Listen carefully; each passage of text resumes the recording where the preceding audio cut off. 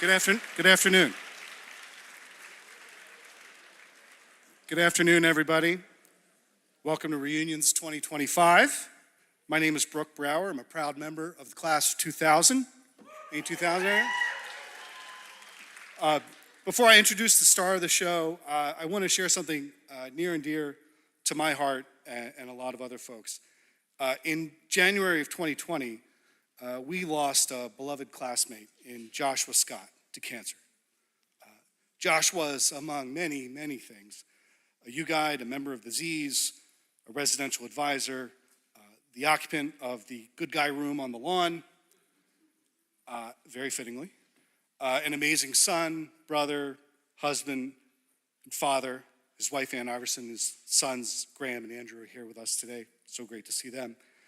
He was also an incredible friend and mentor to people of all ages in many places.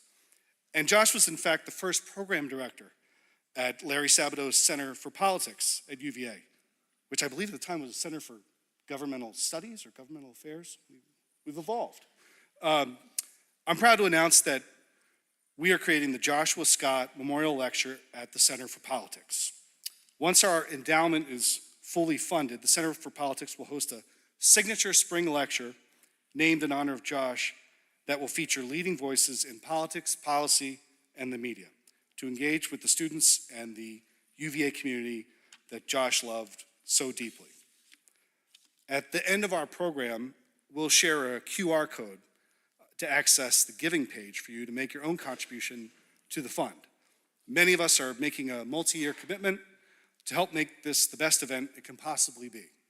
I hope you'll consider a contribution, and if you have any questions, you're welcome to find me, or better yet, find Rhodes Rittenauer, who I believe is here somewhere, in the lobby of Old Cabell after the talk. Now, let me introduce Larry J. Sabato, who needs no introduction. Many of you know that Larry just celebrated his own 50th reunion last year. And he's been teaching here on grounds for more than 45 years. You know that he has published many best-selling books, won Emmy Awards for his documentaries, and that he is the founder of the Center for Politics at UVA, where he continues to lead the most accurate election projections team in the business and provide free civics education resources to teachers all over the country to help young people learn that politics is still, I believe, a good thing. I, for one, found myself launched down a road of politics and media thanks to the many times I got to hear Dr. Sabato talk. And I know that's true for lots of other folks. What you might not know is that he counts among his greatest recent accomplishments being the answer to a recent Jeopardy question.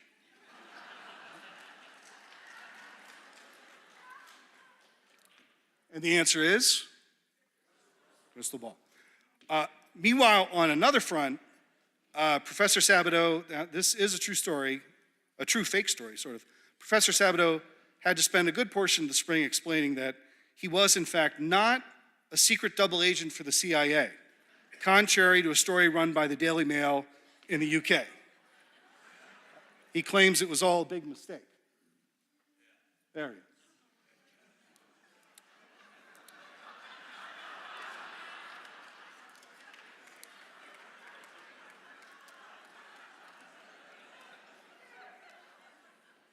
Do your own research.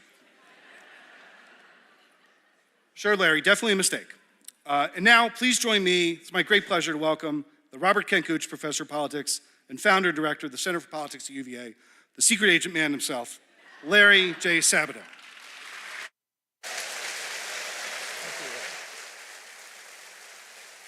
Thank you, Buck. Wonderful. Good job. Good job. Thanks so much.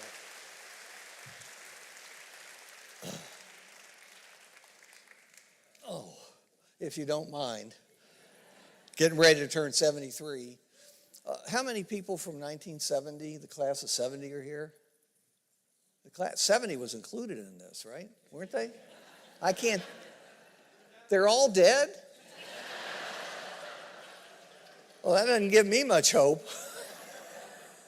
I was going to give you a special round of applause, but the heck with you, you know.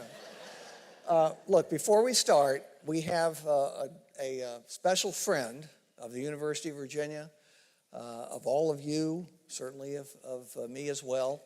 And she's got a little message, and we wanted to give her the chance to deliver it. And here she is. Hi, Larry. Great to see you. And hi to everyone at Reunions 2025. I hope you're having a terrific time back on grounds. And before you hear Larry's crystal ball presentation, I wanted to share an exciting announcement.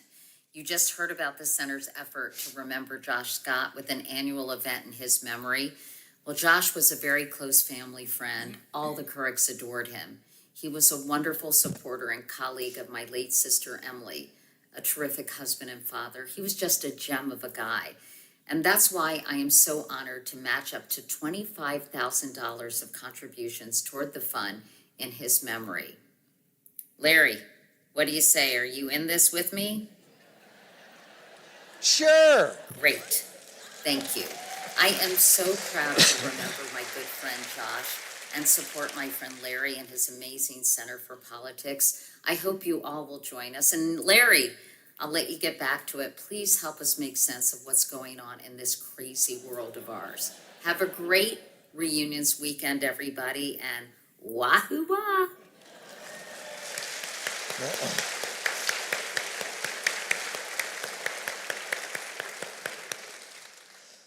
This is the first speech I've ever given where I didn't get paid and I had to pay $25,000. All I can say is I hope you all are worth it. We're going to find that means laugh at every joke, applaud at least once every 30 seconds, even if you don't feel it. Good. There you go. I'm kidding, of course. I do want to say I'm so glad to see Ann Iverson and both of your sons, who I last saw in a grocery store, from many, many years ago. But Josh really was a gem in every way possible. As a student, he was just absolutely top flight. And then we hired him to senior staff position at the Center for Politics, did wonderfully. I was brokenhearted, but I couldn't be too brokenhearted when he left because he went to Monticello.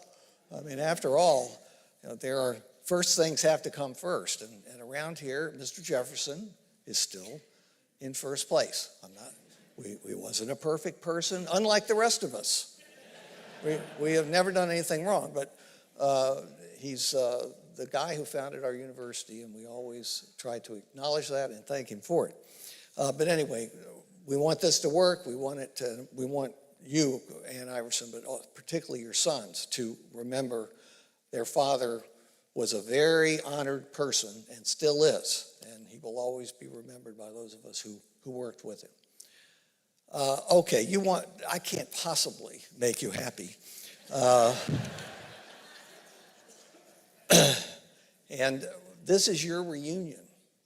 And I don't want anybody going out of here mad. I want you all to remember this as a great occasion. And so we can't talk about him.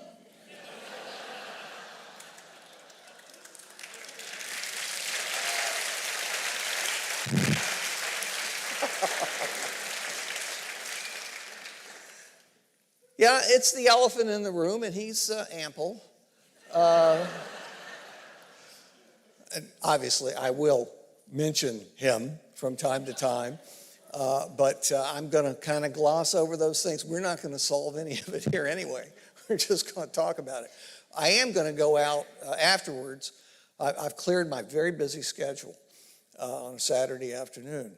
And I'm going to go out near the Homer statue, which has been freshly cleaned by those of you who streaked last night loudly in the middle of the night. We hear that on the lawn. We hear every one of them. And you don't need to say, I'm naked. We know that. We know that. Yeah, you're looking up at somebody who did it, I'm sure. But in any event, I'm going to chat with anybody who wants to come out there and ask questions. We'll chat as long as you want to. And then I'd like to, I wasn't invited, but I'm going to come anyway to your dinner. I'm sitting at your table because I said I was. This is my friend Tim Wheeler from the class of 74 and his wife Cindy Lipsitz from the class of 75. Another Wahoo marriage, successful for 50 years. Fantastic.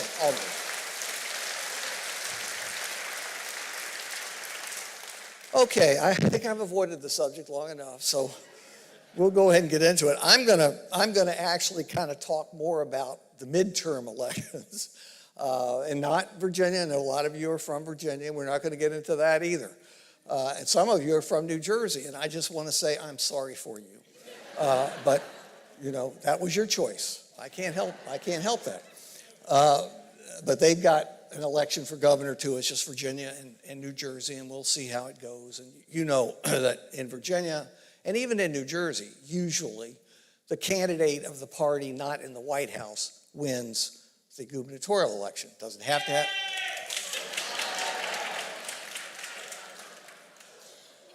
Sir, I'm old and my heart is bad. Do not do that again. No. All I can say is, get that guy out of here. Nobody's coming for him yet, but you do that one more time, you're finished. But you know, there's not a whole lot to discuss there. We'll see what happens, and we know which party's in the White House and which party controls Congress and which party controls the Supreme Court, and on and on. So that kind of helps the party out of power. Although, believe me, I have been around politics and the Democratic Party long enough to know they'll find a way to blow it. I don't know how, but you know, I can't see the pathway yet. But it may become apparent, but maybe not. So we're going to talk more about 2026 and a little bit about 2028. But then knowing this wasn't an election year except in Virginia and New Jersey, I've got something I've never done before. And we're just going to try it out and see if it works. It's going to be a look back to all the decades that are represented here. It's not a long thing, but I'll work in some UVA memories in addition to photos that may remind you of certain things. And that will be the conclusion, and then we'll go out and enjoy this beautiful day. And by the way, it is gorgeous out there. I'm really shocked that you're here. Thank you. Okay, so let's get through this quickly. They just hand me a PowerPoint and I talk. Okay, where are we? I can't see. My back doesn't work anymore. My knees don't work anymore. So yell at me if we don't have the right slide up. Senate and House? Okay, very good. Thank you. I need a monitor here. You know, it's their fault. Always have somebody to blame. That's another lesson of life I want to remember those kids. Always have someone to blame. It's very important, very important. All right, look, the Senate is 53-47. It would take a massive anti-Trump wave to produce a Democratic Senate. It have to be a pickup of 4 seats because the VP obviously breaks the tie if it's 50-50. And it's possible, it's Trump, but I doubt it. You just don't have the seats on the map for the Democrats to take over the Senate, barring some massive wave, and I just don't expect it to happen. One interesting thing, now the Democrats in here won't like to hear this, but the Republicans, I assume, will. Despite all of these controversies every day, you know, I'm not getting enough sleep because I wake up and read those damn posts in the middle of the night. Does he ever sleep? Give him a sleeping pill. Do something.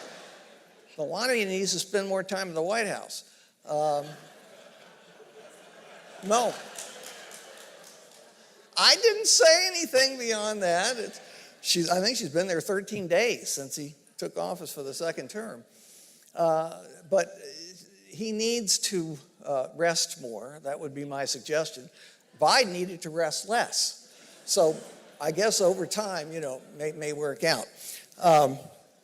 I'm not kidding on the second one. I think you all know that is unfortunately true. So anyway, the seats aren't there. I think the next slide, we'll get to the House in a minute. Let me go to the next slide on the Senate. The Democrats have a terrible map in that the states are heavily tilted to the Republican Party, the ones that are up, the third that come up, plus the ones where there's a vacancy. The Democrats will be lucky to hold on to Georgia, where they have a freshman Democrat. They'll be lucky to hold on to Michigan, which has become increasingly pro-Trump, though it does elect Democrats for the governorship and other positions, but it's still a tough race. One of the few places where Democrats might possibly, maybe, pick up a seat is North Carolina. They almost always. Well, I'm just going to take it away from you because I don't think it's going to happen. And I have tenure. I have, except for Ken Elsing, I have the oldest tenure at UVA, okay? And I'm going to tell Ken you applauded him. That's great. He'll like that. But, and we hope he's around for decades more. I won't be, but I hope he is. Minnesota, you know, Democrats always have to worry about it a little bit. New Hampshire, you never know. They're quirky there in the Granite State. We love them. We love them. Anybody from New Hampshire? There really are. There's just almost none. In Texas, there's no way that a Democrat's going to win there unless this nut, this crook who's running against John Cornyn, who is partly UVA. He got a diploma from our law school, not the regular law degree, but a diploma, and he speaks very highly of UVA. Currently, he's being led in the Republican primary by a crook who is very pro-MAGA. Now, if they're dumb enough to trade a very smart guy, John Cornyn, for this nut, then frankly, I want them to go back to Mexico. You're laughing, I'm serious. And Ohio, anybody's thinking they're going to vote Democratic again anytime soon has not been paying attention. Anyway, we don't need to go over all the seats. I'm just here to tell you, I think it's as likely that Democrats will lose ground in the Senate as they will gain ground. If they gain ground, it'll be a seat or two, and it'll mean it's a strong anti-Trump wave. See, the Trump people had nothing to worry about. They were so worried about what I was going to say. Ha, ha, ha. Okay, now, I mean you, Bert. The House, here's a really interesting thing. It is up, right? The House is up, okay. Thank you for what you're doing. That's wonderful. Oh.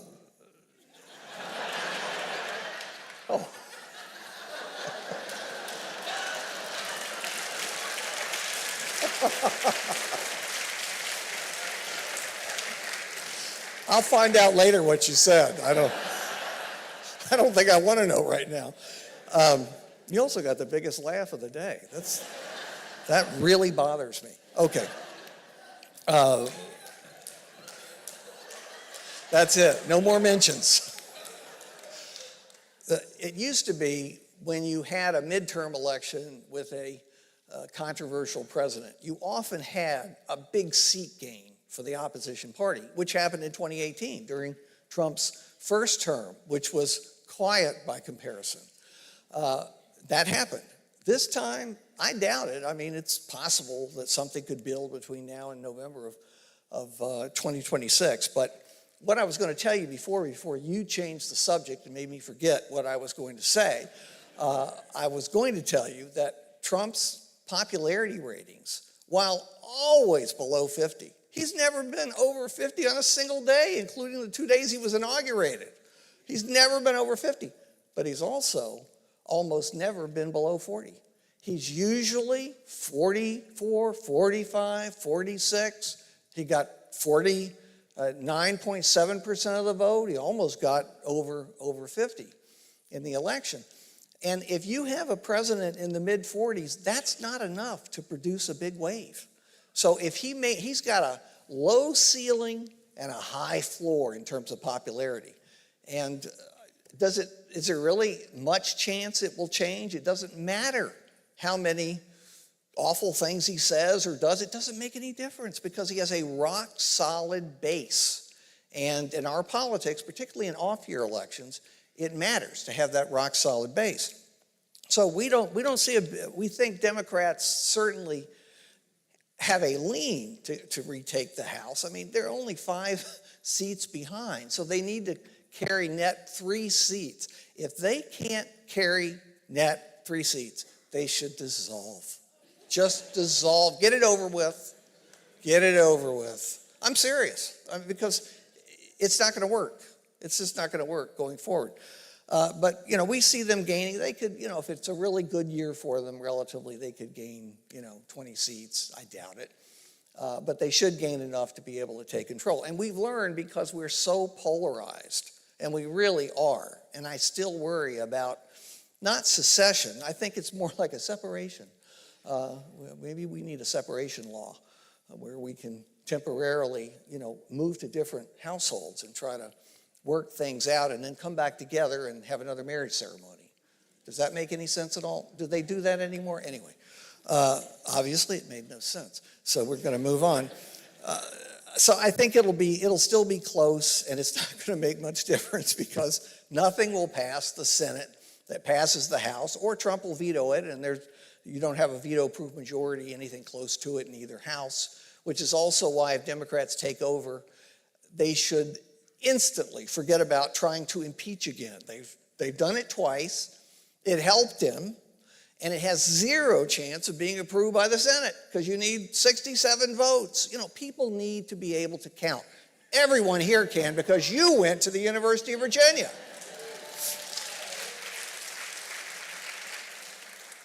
Now, if there are some Hokies here, it's 50-50. I'm not saying you can't, but I'm not saying you can, because I haven't had a chance to talk to you. Okay, if you want me to, I'll tell you my favorite Virginia Tech joke. You asked, why do Hokies display their diplomas on the backs of their pickup trucks? So they can park at handicap places.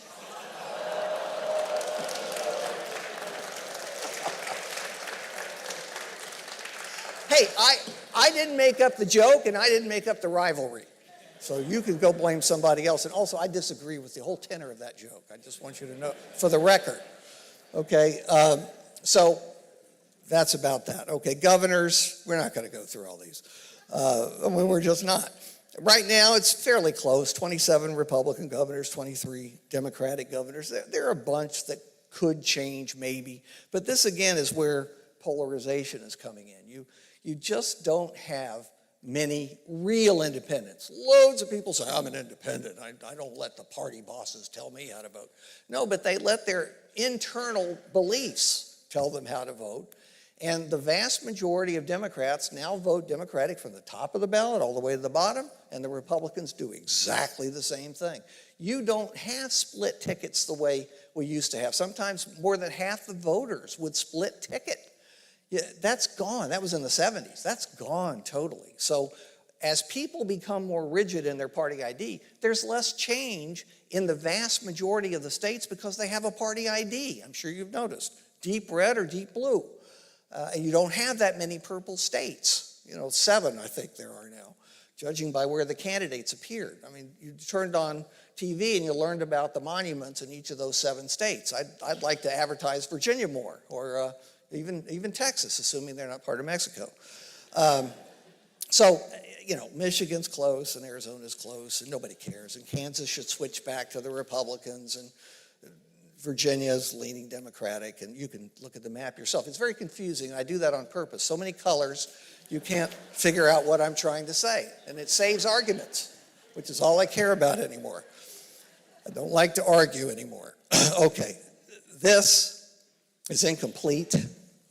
I'm going to fire somebody Monday morning, which, it gives me pleasure anymore.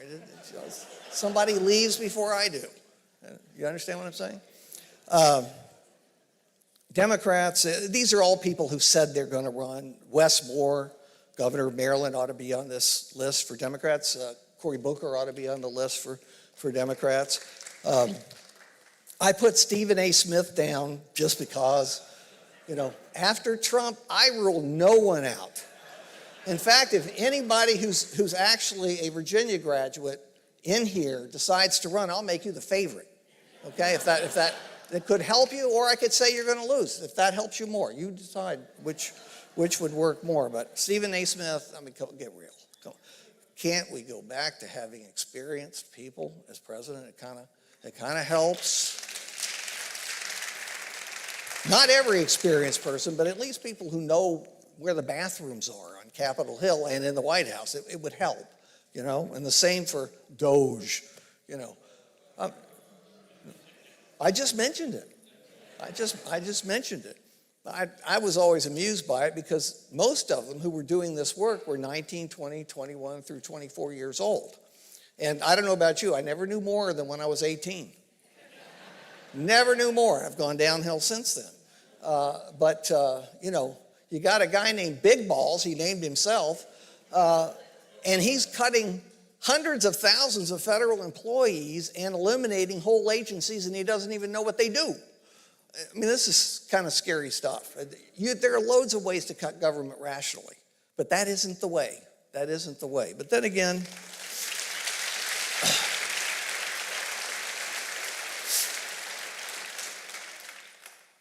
Elon Musk has done great things in other fields. I guess with drugs, I don't know, based on what I read in the New York Times.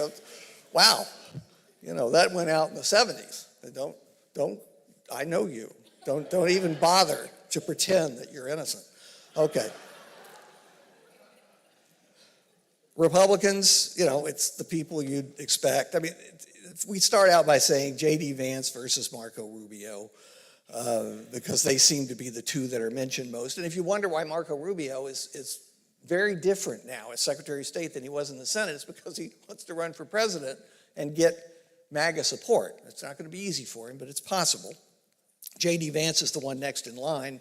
Donald Trump is just trying to kill off people who are not Trumpkins by telling us that he wants to run for president someday. Really? Oh. No, that's when I finally moved back to the UK. I think it's far enough away, maybe Australia.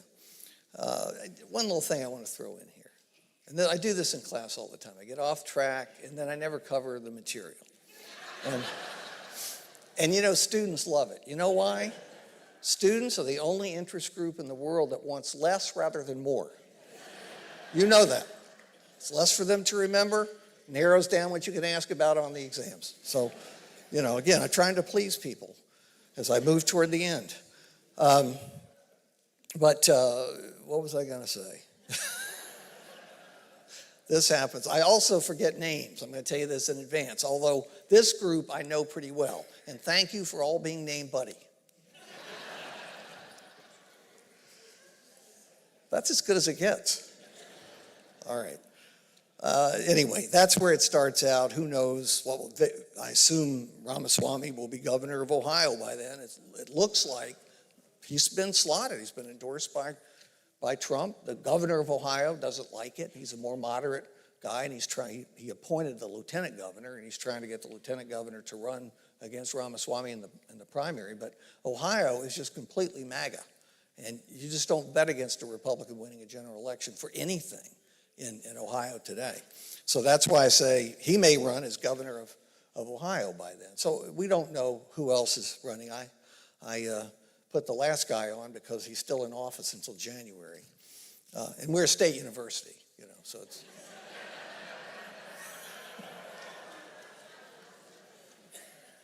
I knew you. This is such a smart group. I address some very strange groups normally, but this is terrific.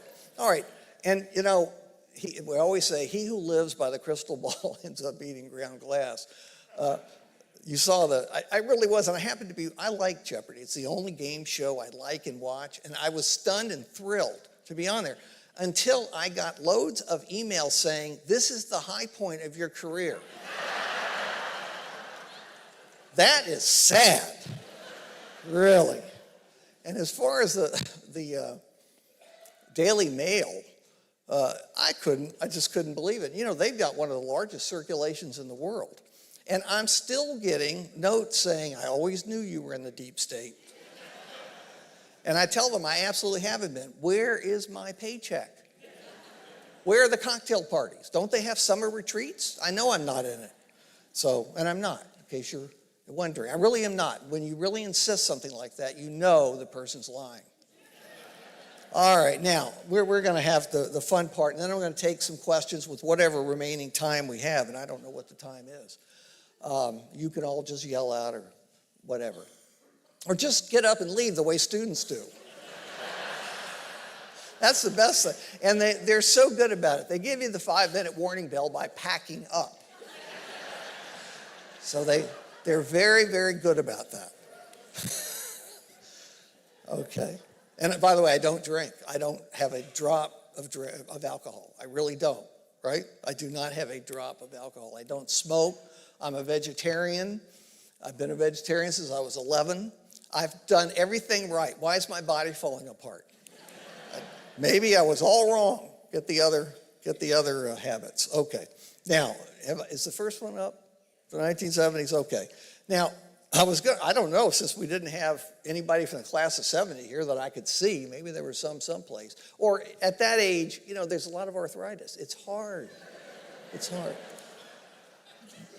How many of you were at that rock festival? I'm trying to remember. Woodstock. Well, I wasn't there. But I have a lot of people, usually in most audiences, and they'll raise their hands. And I said, half of you are liars. Because the surveys show double the number of people, at least, claim to have been there that were actually there. Everybody wanted to be at Woodstock, but it was too late. It was over by the time they figured out it was something that they didn't want to miss. But that kind of opened up this era. And then, we had the class of 70 came in 66. But I don't even need to talk about them because they're not here. But they had a tumultuous time, too. That was a time of great change, and terrible things happened, assassinations and all the rest of it. They did the best they could, and they made a lot of changes. And I give them credit for at least keeping the coat and tie until we ruined it in 1970 and for the first years. We're the ones who killed coat and tie, and I've been making up for it ever since. I've been trying to do the best I can do. Okay, so, that's Kent State, 10 soldiers and Nixon coming. I know I was going to say something about this too, and I don't remember. So we're just going to, since they're not here, we're just going to go on from, you remember Nixon? It's odd, that was the oddest thing to do, to get on the helicopter, having been forced to resign, first time in history, and to do this? Oh, I know what I was going to tell you. We had his brother Ed, who's since gone on to meet his maker. He was a great guy. He was 17 years younger than Nixon, and we had him out every year. He was great. I mean, he had some terrific family members, and then he was really the only brother that President Nixon got along with. So he had him into the White House a fair amount. He had some great stories. But the really funny part is, and you can Google him, he is a dead ringer for President Nixon. He even has the same gestures. You remember how Nixon used to sit like this? And, he has the same natural, it must be all genetic, same things. So we were picking him up at the airport to bring him over to the class. And the TSA workers, one of them dropped, I thought dead.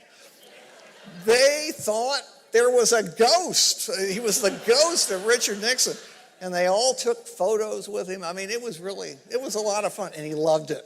Oh, he loved every minute of it. Anyway, I guess that's what I was going to tell you. Okay, the 1980s. Who's from the 1980s here? Well, that's a lot. I mean, you're young enough. You should be vigorous. Now, the decline begins pretty soon. I'm trying to help you. So you'll get ready. Fill out that 401k. Get it? Definitely participate.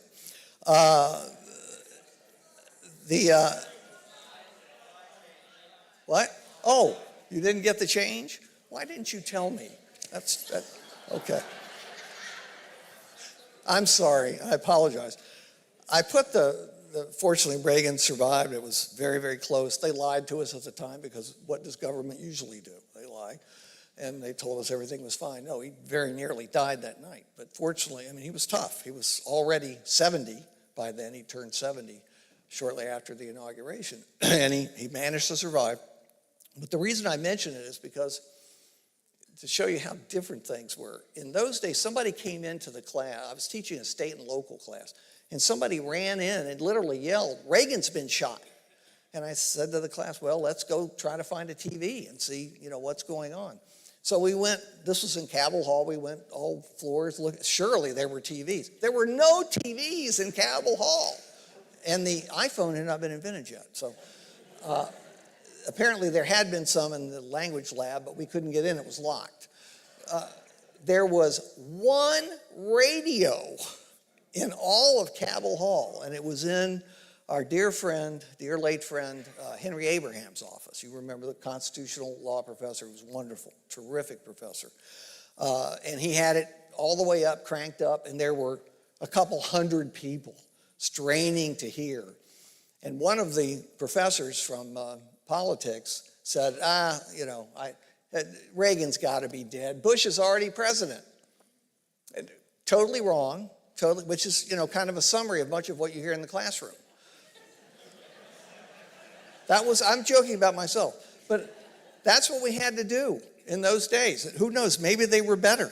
I don't know. And the greed is good. I put that up, Wall Street, the movie Wall Street, because that's back. And I don't mean a remake of the film.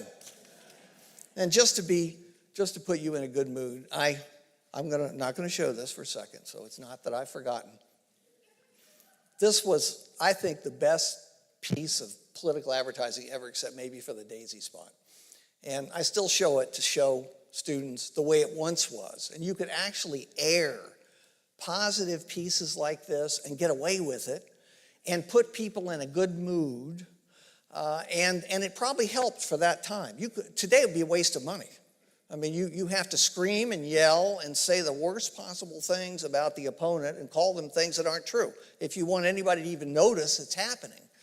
But some of you remember this from 1984, my favorite advertisement. It's Morning Again in America. Has that started? Let me try one more. I hope it does. Does it? Yeah. It's morning again in America. Today, more men and women will go to work than ever before in our country's history. With interest rates at about half the record highs of 1980, nearly 2,000 families today will buy new homes, more than at any time in the past 4 years. This afternoon, 6,500 young men and women will be married. And with inflation at less than half of what it was just 4 years ago, they can look forward with confidence to the future. It's morning again in America.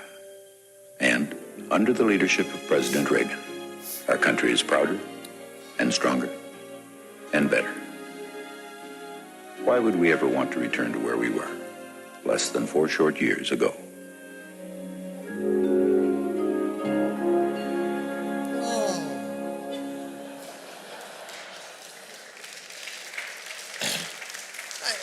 I don't care whether you're for Reagan or not. It just makes you feel good. And a student, this is absolutely true, a student came up after class and she said to me, I want to call my mother and ask her to send me some homemade Toll House cookies. When was the last time politics put you in a good mood? It's been a long time. All right, well, I'm skipping loads of things, but we're going to go to the 1990s. Where are they? Where are you? Not that many. I'm surprised there aren't more here from the 1990s, but it was a tough decade, so I guess, who knows where you are.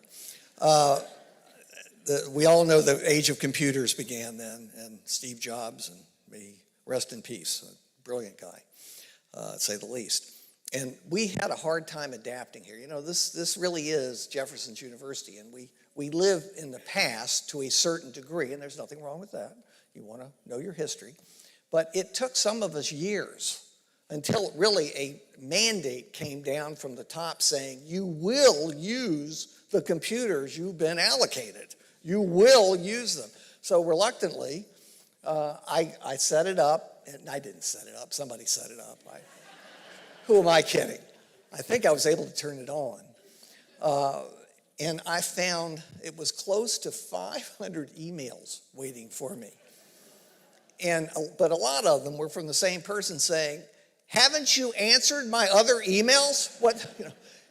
Just amazing how much I had missed. And I've been on every 2 minutes ever since then.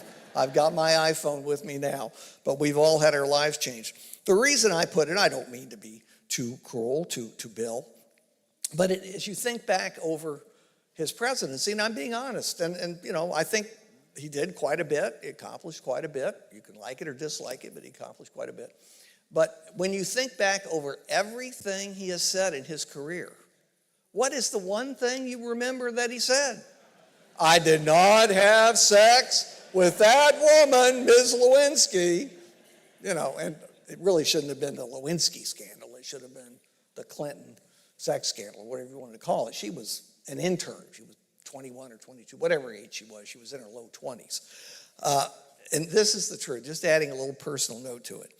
Back then, I had just come out with this is ironic, I come out with a book entitled Feeding Frenzy about press coverage of scandals. Well, this stuff made my book a bestseller. Believe me, it wouldn't have been a bestseller otherwise, but it was perfect. And Bill Clinton, on his campaign plane in 1992, was photographed by the AP reading my book.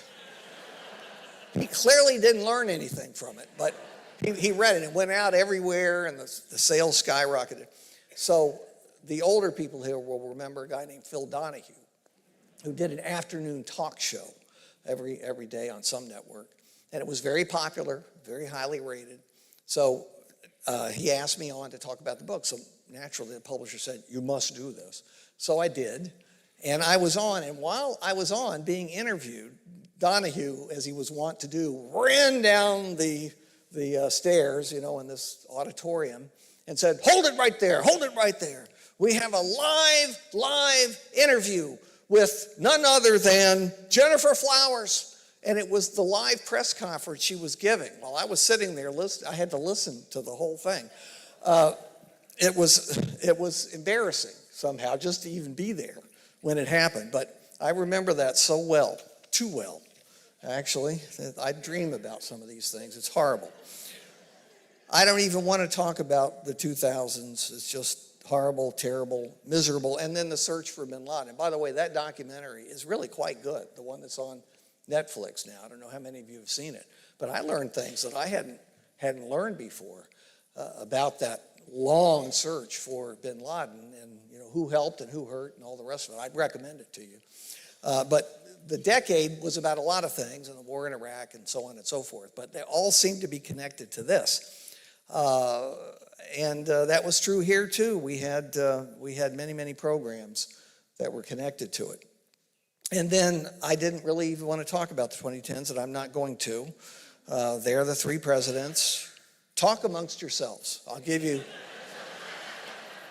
2 minutes, okay, and that's plenty, because you're only going to probably talk about one. And then, no matter how depressed we get about the way things are going or what we're unhappy about, whatever it may be, all we need to do is remember this, and this really was a photo of the lawn during COVID, during the middle of the day, in the middle of the semester. And I'm fortunate enough to live on Pavilion 4, which is why you should not streak by there. It was honestly like living on the edge of a cemetery. No one was stirring all day, and you had those awful Zoom classes that I will never repeat. I don't care what happens. We're never going to do that again. But it was just depressing. And so many people, so many students suffered from depression because that's a critical moment in their lives. And they're trying to socialize with their friends and classmates. And so no matter how bad it gets, I don't think it's going to get this bad. Knock on wood. I don't think it's going to get this bad. And I want to conclude with a happy note and with something that I bet everybody here has forgotten. But it was a very important event, and I think uplifting and positive. And I want to leave you that way by reminding you of something you've all forgotten about.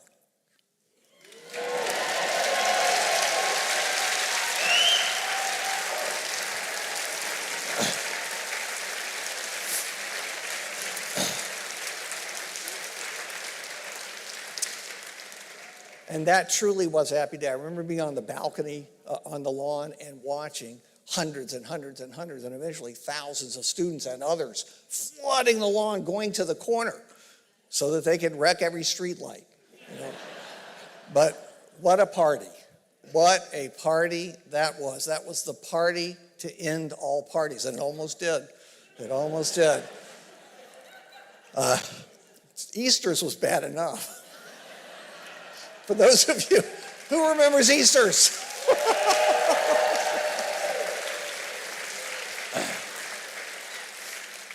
Well, back then I did drink, and I don't remember all of Easter's. Definitely not the grain alcohol. Finally, a commercial. The Center for Politics has a new book coming out about the campaign that you're all just dying to relive. The campaign of 2024, campaign of chaos.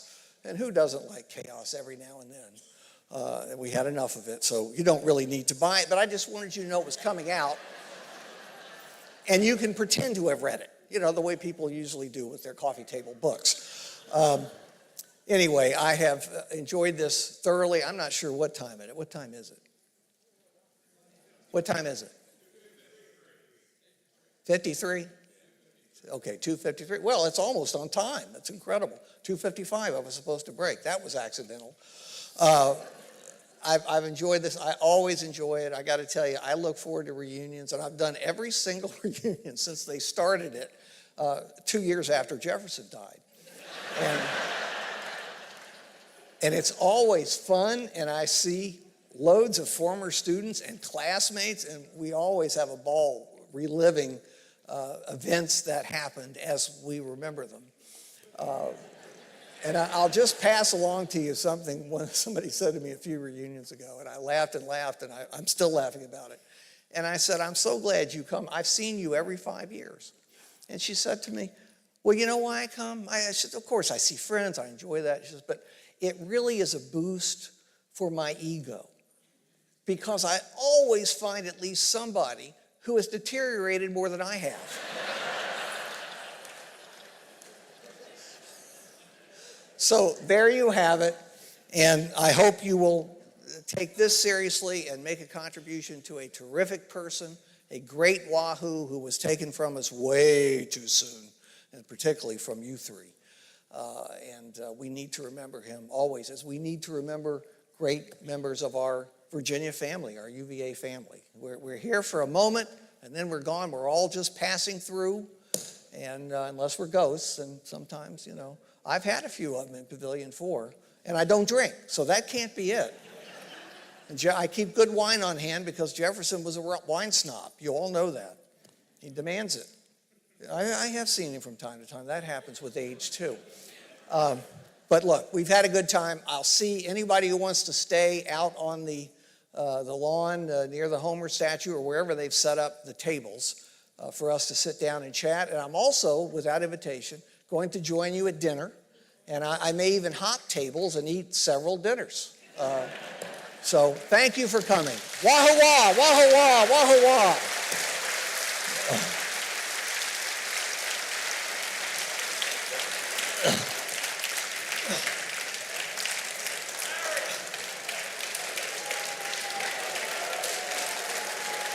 Thank you. Thank you very much. Thank you. They just needed to stretch their legs, that's all. Okay, and Brooke, thank you. Thank you very much.